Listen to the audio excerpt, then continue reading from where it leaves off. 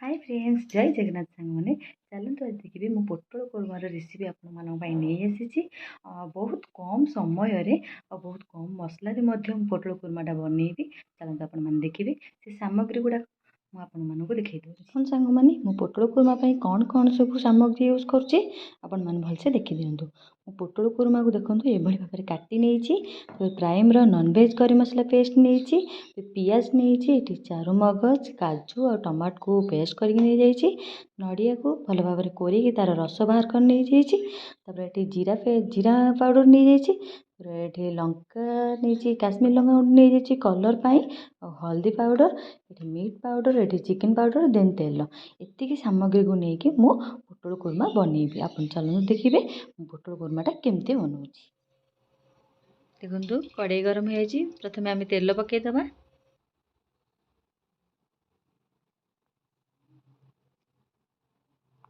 तापर पोटल गुड़ा जो काटिक रखी से पकई दूसरी सब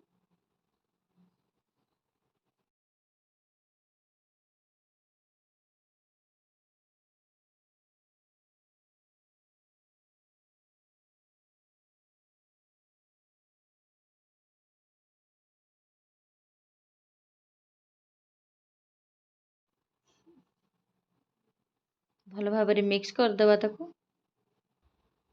भलसे मिक्स करेंगे जमी तेल गुड़ा सब चारियाडे लगिज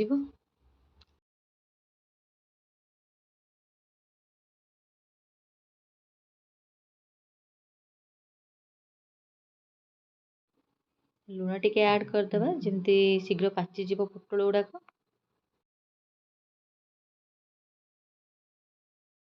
हलदी टिके ऐड करदे तो भल भाव में मिक्स करदे देखो आम पोटल गुड़ाक हो आसला बर्तमान गोटे प्लेट को काढ़ी दूची देखु गोटे प्लेट को सबूतक काढ़ी देती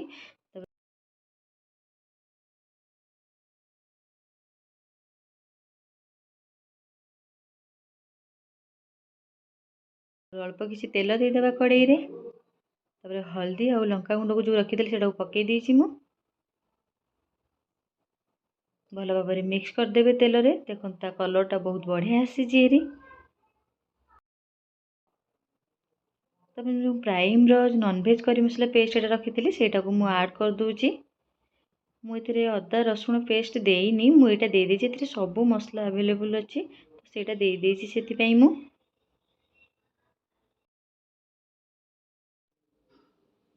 देखो गैस फ्लेम को आम लो फ्लेम रखीदबा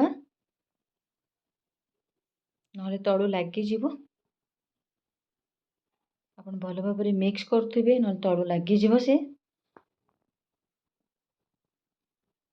तापर मुझे रखी काजू चारुमगज और टमाटर को पेस्ट करके सेटा को दे देउची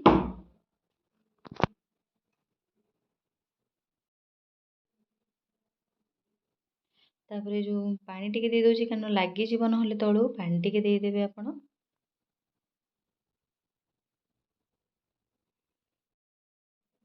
पानी मझिरे मझिरे दौथिबे ना तलू लगिज सी आसला जो मसला रखी जीरा powder then chicken powder then meat powder से सब ऐड कर देछि मु भल भाव में मिक्स करदबा ताको मसला सहित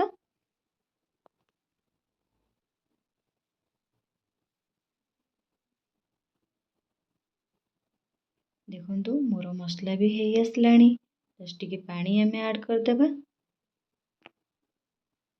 ना तलू लगी जापे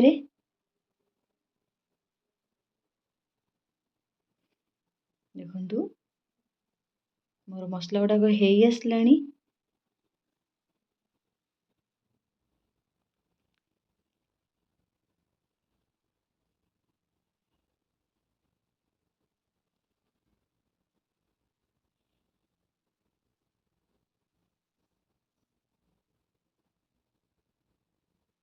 केते बढ़िया कलर आछि देखंतु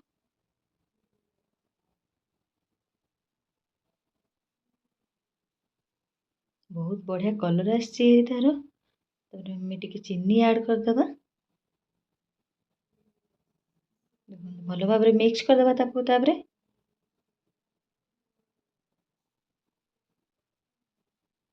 ଦେଖନ୍ତୁ ବଢ଼ିଆ କଲର୍ ଆସିଛି ଏରି ତାର। ଲୁଣ ଟିକେ ଆଡ଼୍ କରିଦେବା। ମୁଁ ଆଗରୁ ଲୁଣ ପକେଇଥିଲି, ଏବେ ଆପଣ ସେଇ ଅନୁସାରେ ଦେଖିକି ଲୁଣ ପକେଇବେ, ନହେଲେ ଲୁଣିଆ ହେଇଯାଇପାରେ।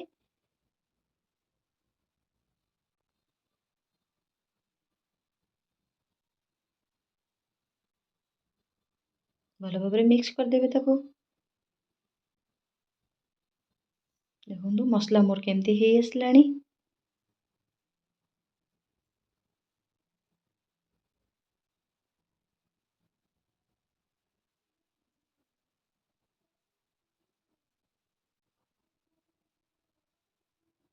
ପୋଟଳ ଗୁଡ଼ାକ ମୁଁ ଏବେ ଆଡ଼୍ କରିଦେଉଛି। ତାପରେ ଆମେ ତାକୁ ଭଲ ଭାବରେ ମିକ୍ସ କରିଦେବା। ଦେଖନ୍ତୁ ମୁଁ କେମିତି ମିକ୍ସ କରୁଛି, ଯେମିତି ମସଲା ଗୁଡ଼ାକ ସେଇ ପୋଟଳ ଭିତରେ ସବୁ ରହିଯିବ।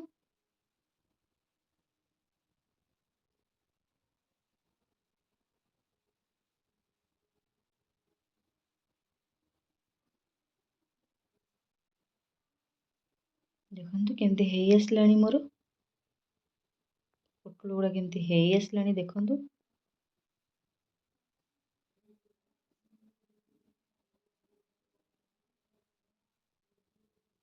ଏବେ ଆମେ ତାକୁ ନଡ଼ିଆ ରସ ଗୁଡ଼ା ମୁଁ ଯେଉଁ ରଖିଥିଲି, ସେଇ ନଡ଼ିଆ ରସ ଗୁଡ଼ାକ ମୁଁ ଦେଇ ଦେଉଛି।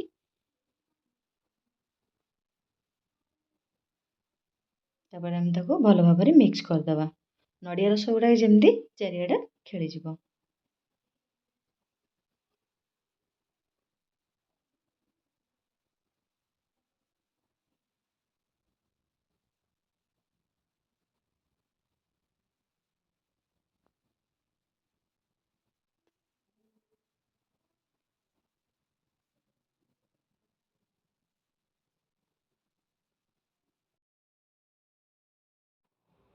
ଦେଖନ୍ତୁ ଢାଙ୍କୁଣି ଦେଇ ତାକୁ କିଛି ସମୟ ପାଇଁ ରଖିଦେବା। ଆଉ ଗ୍ୟାସ୍ ଫ୍ଲେମ୍କୁ ପୁରା ଲୋ ଫ୍ଲେମ୍ରେ ରଖିଦେବା, ନହେଲେ ତଳୁ ଲାଗିଯାଇପାରେ। ଦେଖନ୍ତୁ ମୁଁ ଏବେ ଢାଙ୍କୁଣିକୁ କାଢ଼ି ଦେଉଛି। ତାପରେ ଦେଖନ୍ତୁ ମୋର ଏଠି ପୋଟଳ କୁର୍ମା ଗୁଡ଼ା ହେଇ ଆସିଲାଣି।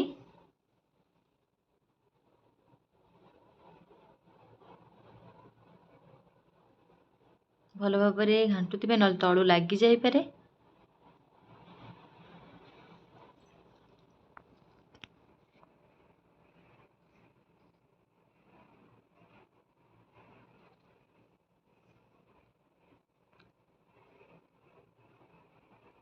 ଦେଖନ୍ତୁ ଧନିଆ ପତ୍ରକୁ ମୁଁ କାଟିକି ରଖିଥିଲି, ସେଟାକୁ ମୁଁ ଆଡ଼୍ କରିଦେଉଛି।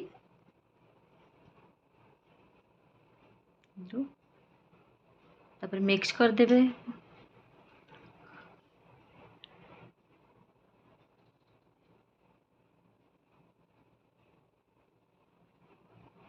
ତ ମୋର ହେଇଗଲାଣି।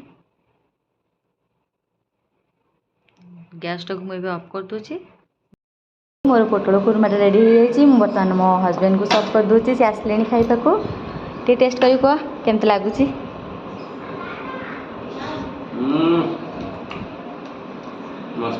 ମସ୍ତ ହେଇଛି ସତ?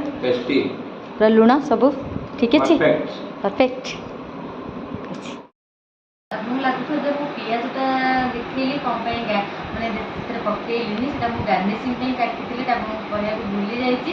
ଆଚ୍ଛା, ଏବେ ମୁଁ ପୋଟଳ କୁର୍ମାଟା ଆପଣଙ୍କୁ ନିଶ୍ଚିତ ଦେଖିବାକୁ ଭଲ ଲାଗିବ, ଟେଷ୍ଟ ତ କରିପାରିବେନି କିନ୍ତୁ ଦେଖିବାକୁ ଭଲ ଲାଗିବ।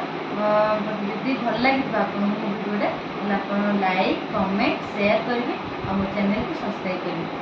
ନମସ୍କାର।